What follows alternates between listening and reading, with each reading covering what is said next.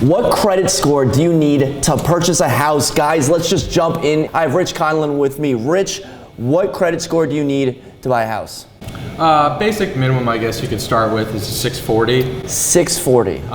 Having said that, however, though, there are programs out there that will allow below 640. You can probably classify them as a niche program or a portfolio product. We at ACM do offer credit unions in the local area. Also offer those. So they come with slightly higher terms, but do allow for less than 640 credit scores. So if I don't have 640, if I'm at 590, 610, 620, is this something where I should wait and maybe pay off some debt? Or are one of these portfolio programs maybe an option for me?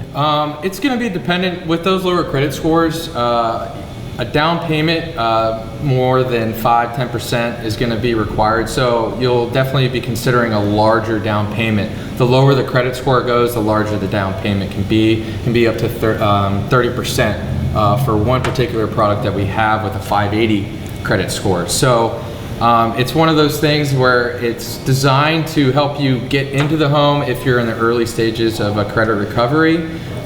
So if a down payment is not an issue for you, this is a helpful, the portfolio or the niche products can be a helpful tool.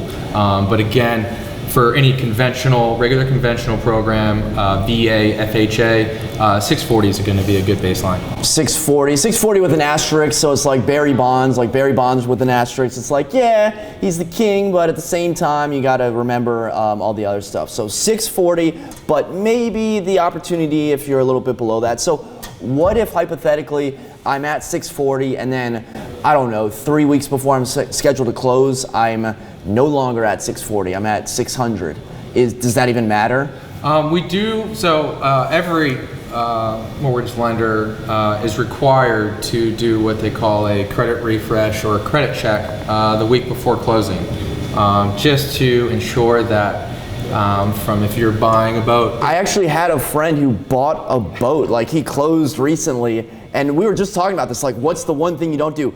You buy a boat, like don't do that, but somehow he bought a boat, he's super stoked about it, and then he just closed on his place recently, and he closed, so he made it work.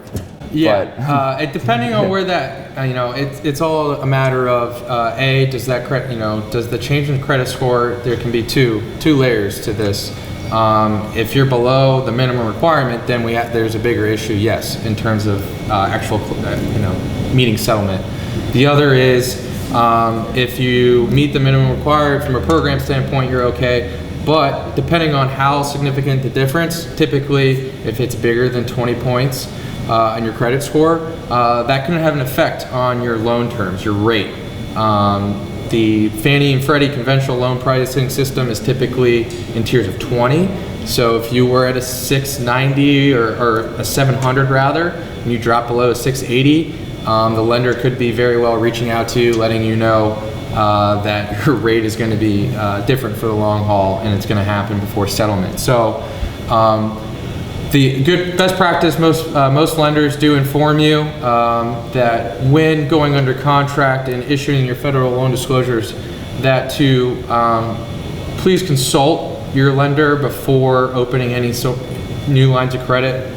Furniture is a big common question. We're not trying to dissuade you.